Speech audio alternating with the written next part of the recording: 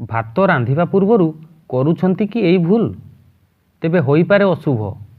आमर शास्त्र पुराण रे रांधिबा शैली संपर्क में अनेक विधिविधान लेखा अछि।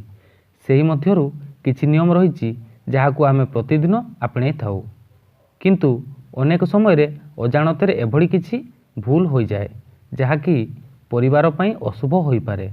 भात रांधिबा पूर्वरु थिबा एक निर्दिष्ट नियम को सबुदिने पालन करंतु।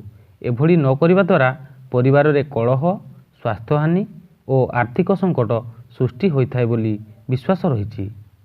ताहेले आसंतु जानिबा भात रांधिबा पूर्वरु कौन करिवे।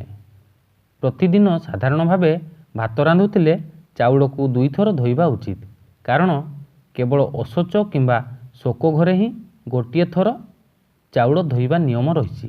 तेणु प्रतिदिन 2 थर चाउल धोई भात रांधंतु। जदि पूजा पाई खेचुड़ी, अन्न भोग किंबा खीरी करूछंती ताहेले चाउल को 3 थर धुअंतु। एभଳି न करिबा द्वारा पूजा पाई प्रस्तुत अन्न पवित्र नुहे बोली धरा जाए। पूजा पाई अन्न रांधिबा पूर्वरु चाउलरू खुद और खंड चाउल को बाछि अलगा कर दियंतु, किंबा गोटा गोटा और भल चाउल आनी रांधंतु। खुद मिसिथिबा चाउल रे पूजा करिबा द्वारा आर्थिक संकट देखा जाए बोली विश्वास रहिछि। आपण आम चैनल टी को जदि सब्सक्राइब करि नाहंती तेबे एबे ही सब्सक्राइब करंतु एवं पाखरे थिबा बेल आइकन को दबाई दियंतु एपरी अपडेट न्यूज प्रथमे पाइबा पाई।